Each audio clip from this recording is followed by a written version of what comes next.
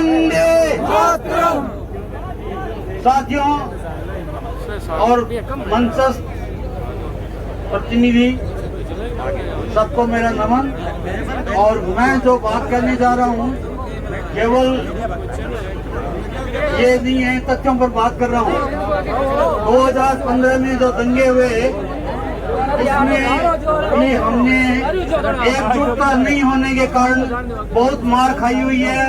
और जिन बच्चों पर केस लगे थे उनको हमने परिश्रम करके कैसे उनको निकाला है वो हम जानते हैं। किंतु वैसी ही स्थिति आज फिर दोहराई जा रही है। वही स्थिति जो आज कल मैंने एडिशनल एसपी साहब से बात की तो मैंने कहा कि 2 लड़कियां गायब हुई है, एक हिंदू है और एक मुसलमान है। हिंदू की तरफ से जो भी है प्रयासरत है और उन मुस्लिम की तरफ से कोई नहीं आ रहा है। इसका मतलब क्या है? ये बहुत बड़ा षड्यंत्र है। इतना बड़ा षड्यंत्र है।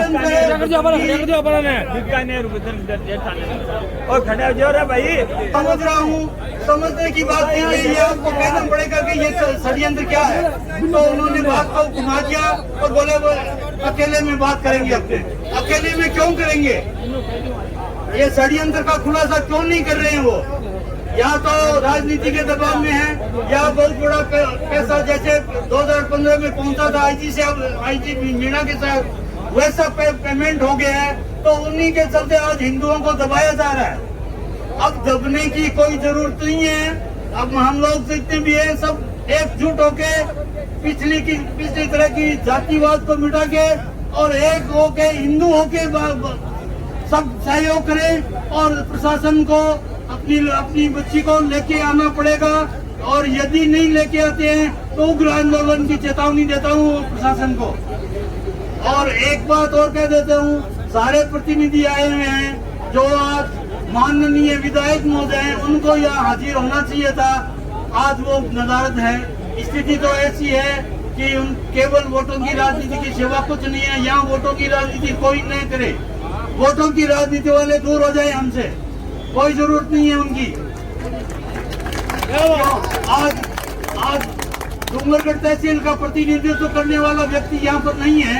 इसका मतलब क्या होता है? उनको वोट ही चाहिए या बेटी चाहिए? उनको बेटी नहीं चाहिए, केवल वोट चाहिए। वोटों पर ध्यान है उनका। तो कृपया मेरी बातों का कुछ गलत कुछ बोल दिया हूँ तो मेरी माफ करें। धन्यवाद। अब मैं श्री जोगल सोनी से आग्रह करूंगा कि वो आकर के अपने विचार व्यक्त करें। शामिल है और जिसके नाम पर समाज को गुमराह किया जा रहा है, मुझे वो बात करनी चाहिए। कल एक वीडियो अपलोड हुआ है। पुलिस प्रशासन कहता है कि हमें बच्ची मिल नहीं रही। वीडियो अपलोड होने के बाद आईपी एड्रेस इनके पास होगा। उठाओ ना उस आदमी को, 2 जूते मारो, बता देगा कहां से वो डाली गई है।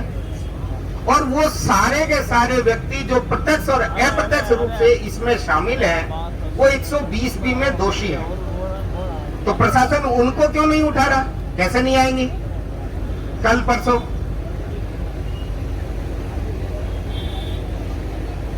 जो लेके गई है वो बालिग है और वो 363, 366 की दोषी है, हर हालत में दोषी है। और उसका जो सहयोग कर रहा है वो 120B और सेक्शन 34 के अंदर उतना ही दोषी है। तो प्रशासन को एक भी मुलजिम नहीं मिला। ये मेरे गले तो उतर नहीं रही, आपके उतर रही है तो देखिए। प्रशासन इस मामले के अंदर एक भी गिरफ्तारी नहीं कर रहा है। ये शो कर रहा है कि वो भी प्रत्यक्ष रूप से मुलजिमों को बचा रहा है। तो आप सभी, जैसे भाई साहब ने कहा, जुगल जी ने कहा या और वक्ताओं ने कहा, हमें हिंदू समाज को एक होकर इसके लिए काम करना पड़ेगा और प्रशासन पे लगातार दबाव बनाना पड़ेगा। मैं आपको सबको एक आश्वासन देता हूं कि ये जैसे ही आएंगी विधि के संदर्भ में अगर आपको कानूनी रूप से कोई सलाह चाहिए तो उसके लिए मैं और मेरी टीम आपके लिए हर समय 24 घंटे उपलब्ध रहेगी। डूंगरगढ़ के कई हमारे साथी हैं, उनके पास मेरे नंबर है, नहीं है तो आप उनसे ले लीजिएगा।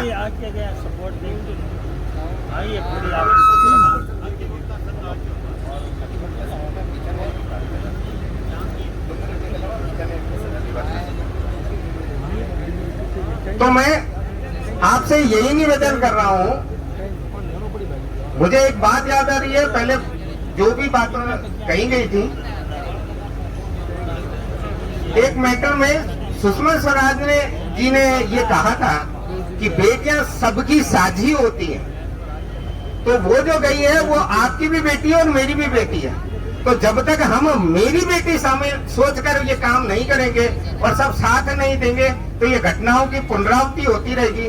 और इसीलिए सभी बच्चियों को सुरक्षित करने के लिए हमें सबको मिलकर काम करना पड़ेगा और इसको केवल इसी घटना तक नहीं आगे कंटिन्यू करना पड़ेगा और इस स्कूल को भी बंद करवाने के संदर्भ में कार्रवाई करनी पड़ेगी। इसी के साथ मैं अपनी वाणी को डाल देता हूँ। धन्यवाद।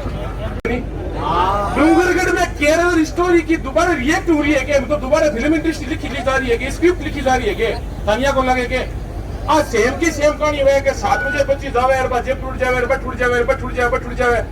2 लड़कियां सिर्फ और सिर्फ 2 लड़कियां ही तो काम कर सके क्या? बताओ कर सके ना? 2 लड़कियां ही तो काम को नहीं कर सके। जिहातिया को नेटवर्क काम कर रहे हैं जो को अपने बीच में ही है, अपने गाँव में ही है, जो को हर तरह की सूचना पुकार है के था बात हो जाना इसका माने हॉटस्पॉट यूज करना है। फोटो है, सबके मोबाइल में फोटो है। सुनो, लड़कियां हॉटस्पॉट यूज कर रही है, माने कौन समझायो 20-16 साल की नाबालिग बच्ची ने घर में कोई चीज को भी ज्ञान को नहीं, लेकिन हॉटस्पॉट ने नॉलेज कौन दियो? जिहादी नेटवर्क काम कर रहे हैं। अपन समझो चीजें ये बात में खाली बेड़ा रहा हूँ हो लोग रहा हूँ की को नहीं है। अब एक बात और बताऊं, डूंगरगढ़ प्रशासन के लेवल की बात को नहीं होगा, डूंगरगढ़ लेवल का प्रशासन हल को नहीं होगी, राष्ट्रीय लेवल के नेता के भी जरूरत अपन है, ताकि अपन जी हनुमान जी बेनीवाल है या कोई और बड़ा नेता है पानी जरूरत अपन है। नहीं तो सुनो मेरी बात, आज एक माँ हॉस्पिटल में पड़ी है, आज देख लो जाते सकड़ा, मैं देख रही हूँ, आज एक माँ हॉस्पिटल में पड़ी है। डूंगरगढ़ की जनता वास कर रही है, इस धर्म नगरी में यार वो जिहादी नेटवर्क किया मतलब क्यों? बताओ, सोचो, सोचना की बात है का अपन जी जान लगाकर भी बच्ची लेनी है और गांव की हर बच्ची को ध्यान रखना है। आपका धर्म है, आपका फर्ज है, नहीं तो आपका हाथ बेड़ा हो और बेड़ा होता रहे।